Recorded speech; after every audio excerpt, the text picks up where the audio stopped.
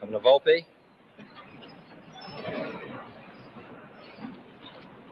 Speaker Thompson, President Powers, Lieutenant Governor McLaughlin, members of the General Court, constitutional officers, Reverend clergy, ladies and gentlemen. I have welcomed this opportunity to address this historic body, and through you, the people of Massachusetts, to whom I am so deeply indebted for a lifetime of friendship and trust. For 14 years, I have placed my confidence in the citizens of Massachusetts, and they have generously responded by placing their confidence in me. Now, on the Friday after next, I am to assume new and broader responsibilities. But I am not here to bid farewell to Massachusetts. For 43 years, whether I was in London or in Washington or in the South Pacific or elsewhere, this has been my home. And God willing, wherever I serve, this shall remain my home.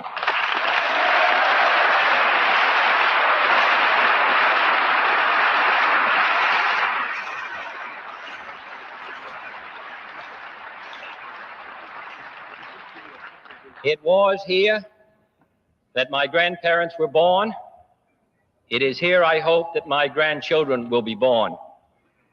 I speak neither from false provincial pride nor artful political flattery. For no man about to enter high office in this country can ever be unmindful of the contributions which this state has made to our national greatness. Its leaders have shaped our destiny long before the great republic was born. Its principles have guided our footsteps in times of crisis as well as in times of calm. Its democratic institutions, including this historic body, have served as beacon lights for other nations, as well as for our sister states. For what Pericles said of the Athenians has long been true of this Commonwealth: we do not imitate, for we are a model to others. And so it is that I carry with me from this state to that high and lonely office to which I now succeed more than fond memories or firm friendships. The enduring quality of Massachusetts, the common threads woven by the Pilgrim and the Puritan, the fisherman and the farmer, the Yankee and the immigrant, will not be and could not be forgotten in this nation's executive mansion. They are an indelible part of my life, my convictions, my view of the past, and my hopes for the future. Allow me to illustrate. During the last 60 days, I have been at the task of constructing an administration. It has been a long and deliberate process. Some have counseled greater speed. Others have counseled more expedient tests.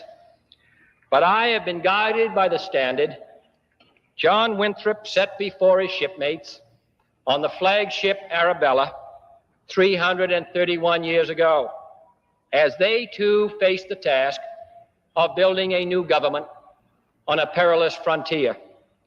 We must always consider, he said, that we shall be as a city upon a hill. The eyes of all people are upon us. Today, the eyes of all people are truly upon us, and our governments in every branch, at every level, national, state, and local, must be as a city upon a hill, constructed and inhabited by men aware of their great trusts and their grave responsibilities. For we are setting out upon a voyage in 1961, no less hazardous than that undertaken by the Arabella in 1630. We are committing ourselves to tasks of statecraft no less awesome than that of governing the Massachusetts Bay Colony, beset as it was by terror without and disorder within. History will not judge our endeavors, and a government cannot be selected merely on the basis of color or creed or party affiliation.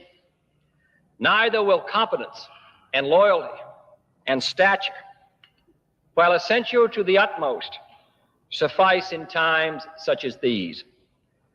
For of those to whom much is given, much is required. And when at some future date the high court of history sits in judgment on each one of us, recording whether in our brief span of service we fulfilled our responsibilities to the state, our success or failure in whatever office we may hold will be measured by the answers to 4 questions. First, were we truly men of courage, with the courage to stand up to one's enemies and the courage to stand up when necessary to one's own associates, the courage to resist public pressure as well as private greed? Secondly, were we truly men of judgment, with perceptive judgment of the future as well as of the past, of our own mistakes as well as the mistakes of others, with enough wisdom to know what we did not know and enough candor to admit it? Third, were we truly men of integrity, men who never ran out on either the principles in which they believed or the people who believed in them, men whom neither financial gain nor political ambition could ever divert from the fulfillment of our sacred trust? Finally, were we truly men of dedication, with an honor mortgaged to no single individual or group and compromised by no private obligation or aim, but devoted solely to serving the public good and the national interest? Courage, judgment, integrity, dedication, these are the historic qualities of the Bay Colony and of the Bay State, the qualities which this state have consistently sent to this chamber, here in Beacon Hill in Boston and to Capitol Hill back in Washington. And these are the qualities which, with God's help, this son of Massachusetts hopes will characterize our government's conduct in the 4 stormy years that lie ahead. Humbly I ask his help in that undertaking, but aware that on earth his will is worked by men, I ask for your help and your prayers as I embark on this new and solemn journey. Thank you.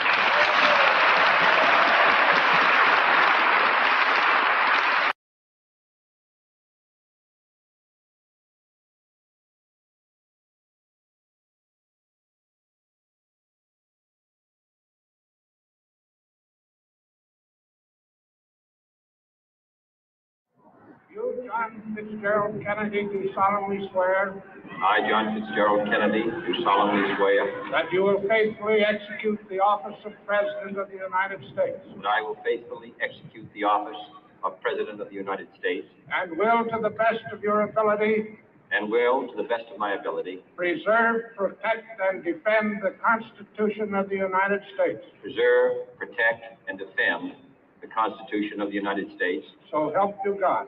So help me God.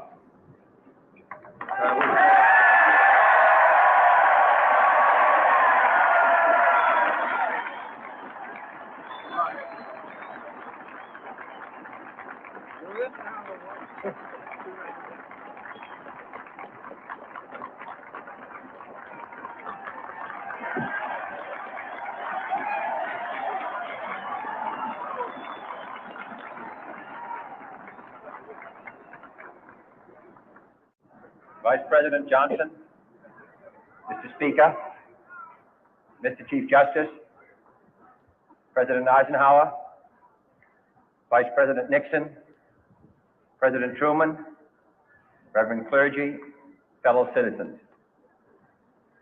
We observe today not a victory of party, but a celebration of freedom, symbolizing an end as well as a beginning, signifying renewal as well as change. For I have sworn before you and Almighty God the same solemn oath our forebears prescribed nearly a century and 3/4 ago.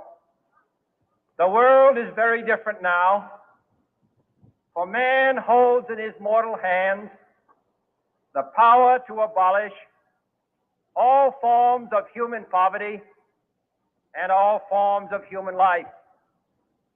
And yet the same revolutionary beliefs for which our forebears fought are still at issue around the globe. The belief that the rights of man come not from the generosity of the state, but from the hand of God. We dare not forget today that we are the heirs of that first revolution. Let the word go forth from this time and place to friend and foe alike that the torch has been passed to a new generation of Americans born in this century, tempered by war, disciplined by a hard and bitter peace, proud of our ancient heritage, and unwilling to witness or permit the slow undoing of those human rights to which this nation has always been committed and to which we are committed today at home and around the world.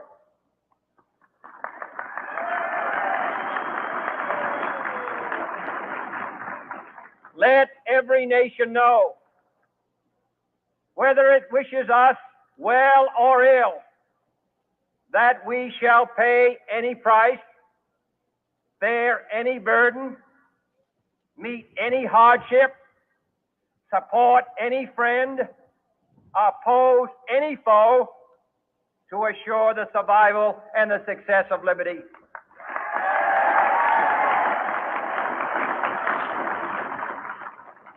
This much we pledge and more. To those old allies whose cultural and spiritual origins we share, we pledge the loyalty of faithful friends. United, there is little we cannot do in a host of cooperative ventures. Divided, there is little we can do, for we dare not meet a powerful challenge at odds and split asunder.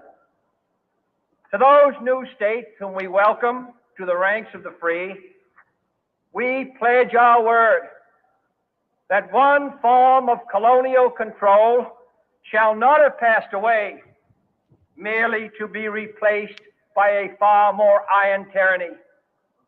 We shall not always expect to find them supporting our view, but we shall always hope to find them strongly supporting their own freedom, and to remember that in the past, those who foolishly sought power by riding the back of the tiger ended up inside.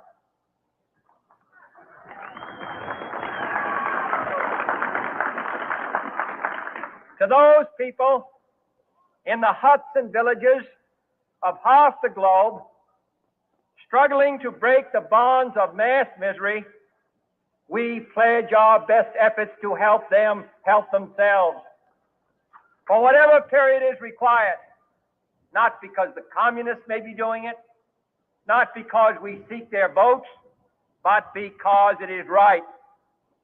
If a free society cannot help the many who are poor, it cannot save the few who are rich.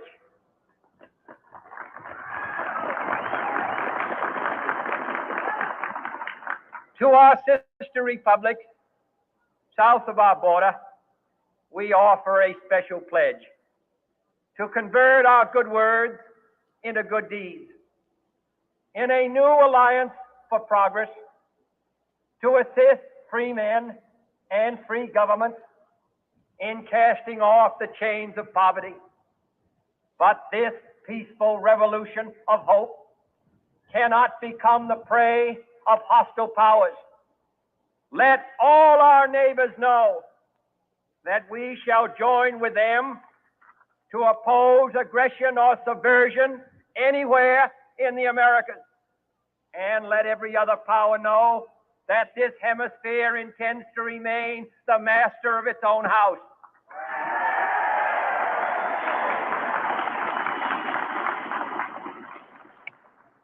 To that World Assembly of Sovereign States, the United Nations, our last best hope, in an age where the instruments of war have far outpaced the instruments of peace, we renew our pledge of support to prevent it from becoming merely a forum for invective, to strengthen its shield of the new and the weak, and to enlarge the area in which its writ may run. Finally, to those nations who would make themselves our adversary, we offer not a pledge, but a request that both sides begin anew the quest for peace. Before the dark powers of destruction, unleashed by science, engulf all humanity in planned or accidental self-destruction, we dare not tempt them with weakness, for only when our arms are sufficient beyond doubt can we be certain beyond doubt that they will never be employed. But neither can two great and powerful groups of nations take comfort from our present course, both sides overburdened by the cost of modern weapons, both rightly alarmed by the steady spread of the deadly atom, yet both racing to alter that uncertain balance of terror that stays the hand of mankind's final war.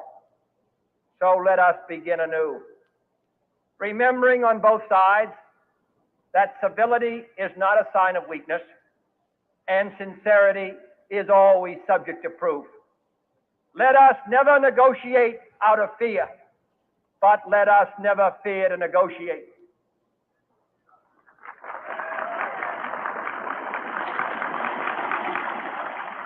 Let both sides explore what problems unite us, instead of belaboring those problems which divide us. Let both sides, for the first time, formulate serious and precise proposals for the inspection and control of arms, and bring the absolute power to destroy other nations under the absolute control of all nations.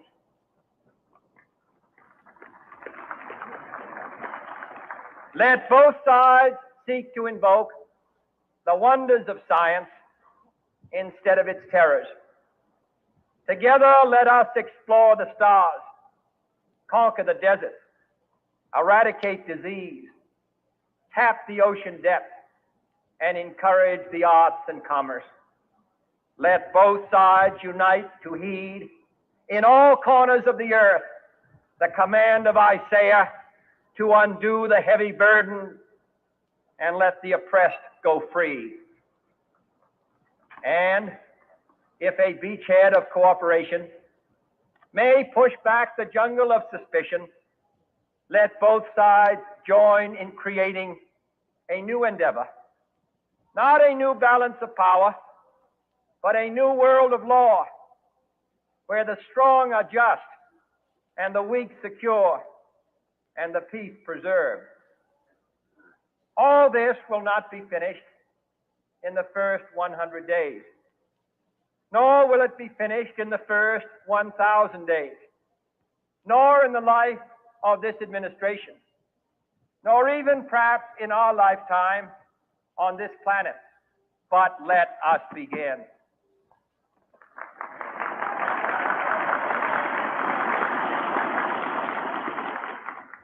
In your hands, my fellow citizens, more than mine, will rest the final success or failure of our course.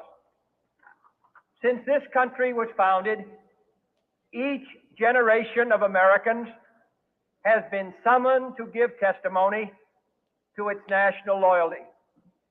The graves of young Americans who answered the call to service surround the globe.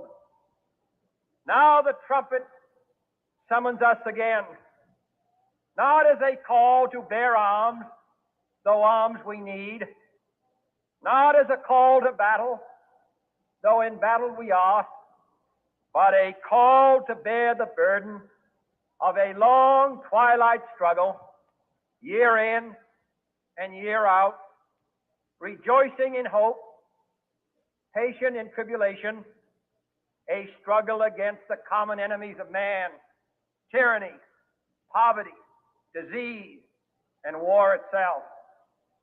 Can we forge against these enemies a grand and global alliance,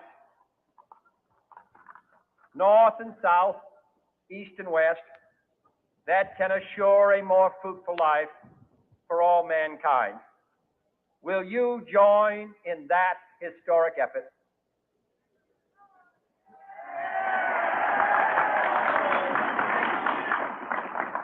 In the long history of the world, only a few generations have been granted the role of defending freedom in its hour of maximum danger. I do not shrink from this responsibility. I welcome it.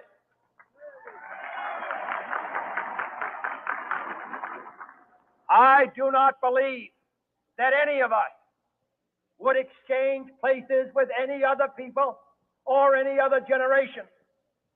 The energy, the faith, the devotion which we bring to this endeavor will light our country and all who serve it. And the glow from that fire can truly light the world. And so, my fellow Americans, ask not what your country can do for you. Ask what you can do for your country.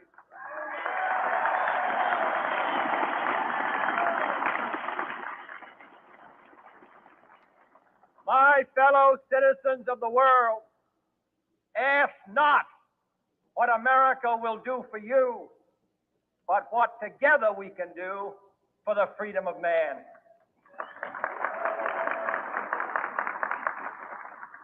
Finally, whether you are citizens of America or citizens of the world, ask of us here the same high standards of strength and sacrifice which we ask of you. With a good conscience, our only sure reward, with history the final judge of our deeds, let us go forth to lead the land we love, asking His blessing and His help, but knowing that here on earth, God's work must truly be our own.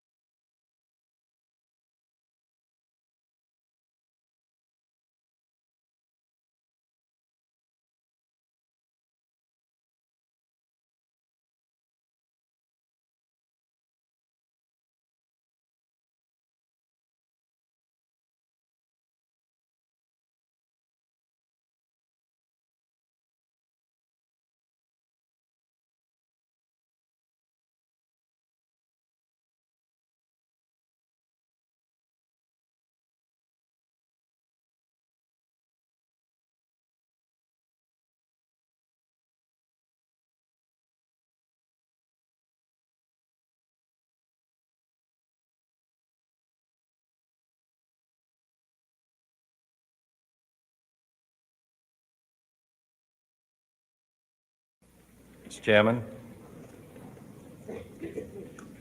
ladies and gentlemen, I appreciate very much your generous invitation to be here tonight. You bear heavy responsibilities these days, and the article I read some time ago reminded me of how particularly heavily the burdens of present-day events bear upon your profession.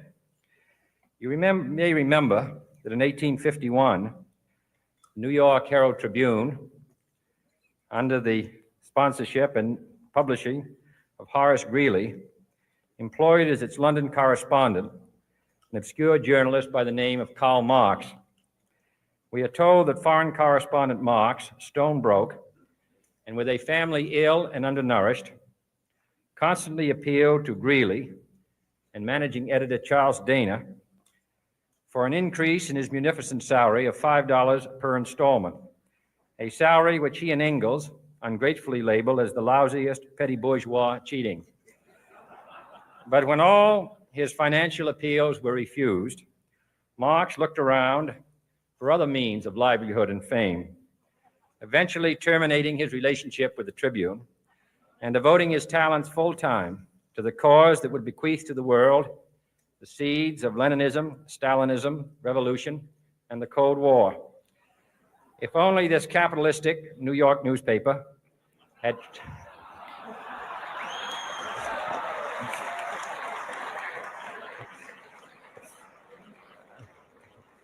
treated him more kindly, if only Marx had remained a foreign correspondent, history might have been different. And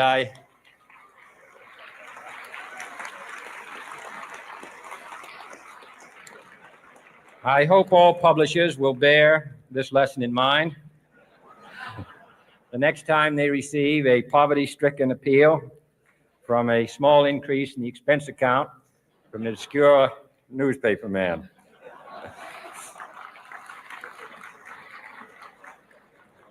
I have selected as the title of my remarks tonight, "The President and the Press."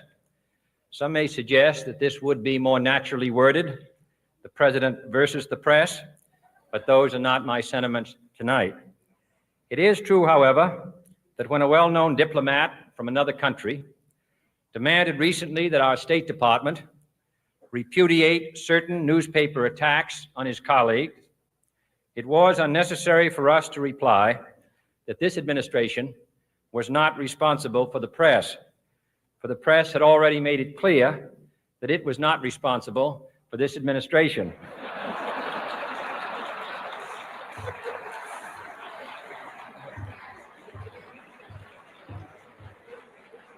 Nevertheless, my purpose here tonight is not to deliver the usual assault on the so-called one-party press. On the contrary, in recent months, I have rarely heard any complaints about political bias in the press, except from a few Republicans. Nor is it my purpose tonight to discuss or defend the televising of presidential press conferences. I think it is highly beneficial to have some 20 million Americans regularly sit in on these conferences to observe, if I may say so, the incisive, the intelligent, and the courteous qualities displayed by your Washington correspondents. Nor, finally, are these remarks intended to examine the proper degree of privacy which the press should allow to any president and his family. If, in the last few months, your White House reporters and photographers have been attending church services with regularity, that has surely done them no harm.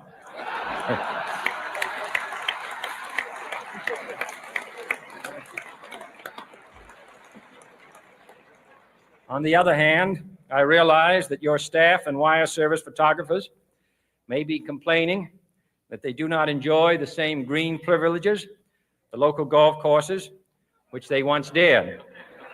It is true that my predecessor did not object, as I do, to pictures of one's golfing skill in action. But neither, on the other hand, Did he ever been a Secret Service man?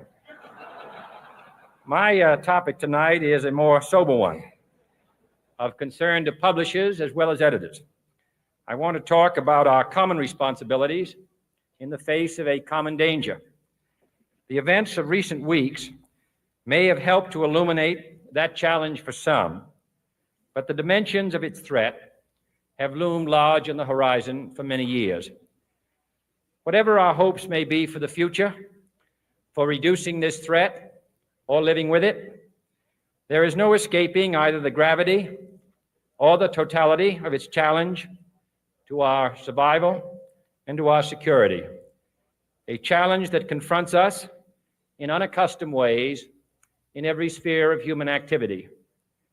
This deadly challenge imposes upon our society two requirements of direct concern, both to the press and to the President. Two requirements that may seem almost contradictory in tone, but which must be reconciled and fulfilled if we are to meet this national peril. I refer first to the need for far greater public information, and second, to the need for far greater official secrecy. The very word secrecy is repugnant in a free and open society, and we are, as a people, inherently and historically opposed to secret societies, to secret oaths, and to secret proceedings.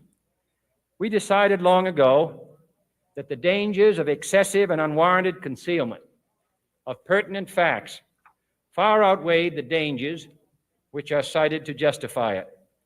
Even today, there is little value in opposing the threat of a closed society by imitating its arbitrary restrictions. Even today, there is little value in ensuring the survival of our nation if our traditions do not survive with it. And there is very grave danger that an announced need for increased security will be seized upon by those anxious to expand its meaning to the very limits of official censorship and concealment. That I do not intend to permit to the extent that it's in my control. And no official of my administration, whether his rank is high or low, civilian or military, should interpret my words here tonight as an excuse to censor the news, to stifle dissent, to cover up our mistakes, or to withhold from the press and the public the facts they deserve to know. But I do ask